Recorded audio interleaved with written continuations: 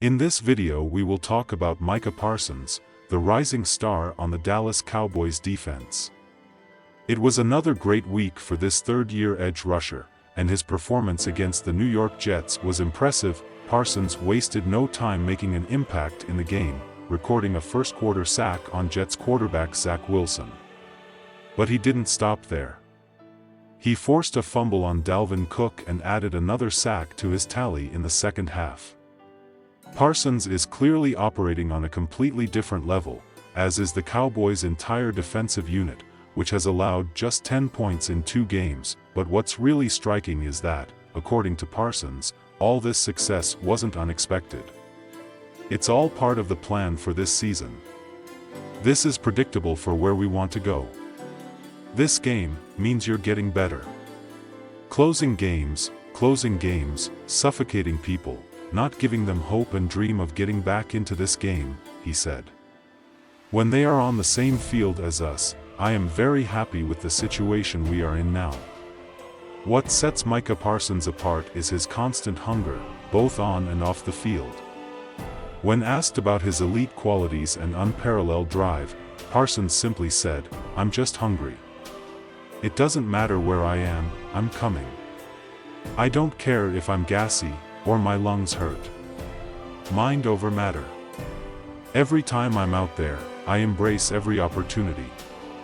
He also expressed his deep gratitude for the opportunity he had with the Cowboys and his desire to give back to the fans, Mr. Jones, and his teammates. Leading up to the Week 2 matchup against the Jets, there was a lot of hype surrounding the running back tandem of Bryce Hall and Dalvin Cook. However, after they managed just 16 yards against the Cowboys, Parsons made it clear that he and his defense are ready for any challenge the NFL can throw at them.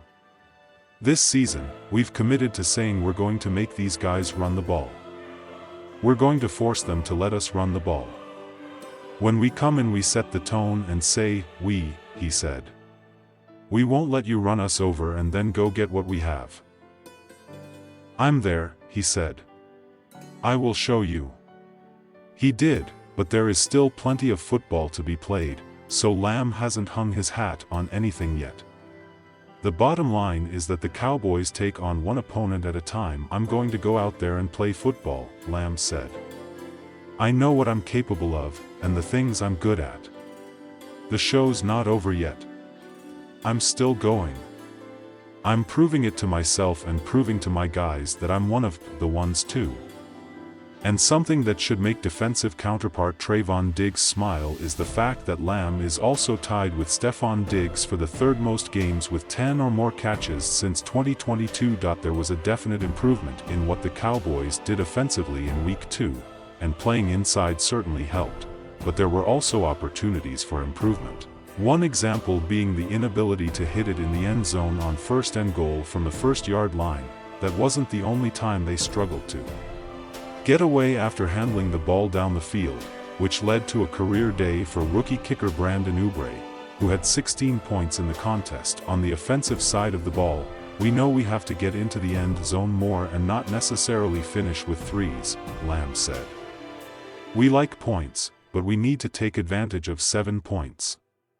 However, the Cowboys have now outscored their first 2 opponents 70-10, and unlike at least 2 instances last season, they don't give up when they have a big lead. They become a snake of sorts, as the larger the front, the more air pressure from the opponent. Until there is no more air at all, the defense has largely led by this point, but it seems inevitable that the offense will match serve eventually, given the number of weapons they have and the fact that they have yet to play with a full lineup. Tyler Smith missed both games and Brandon Cooks was sidelined against the Jets. That should make this year's edition of the Cowboys even more special. They send a message to everyone watching. Lamb readily admits, we are here to take control, he said. We're not here to screw around. We understand what's at stake, week in and week out, and we're constantly preparing ourselves to be the best team we can be, offense, defense, and special teams. Every week we come here, we want to be better than last week.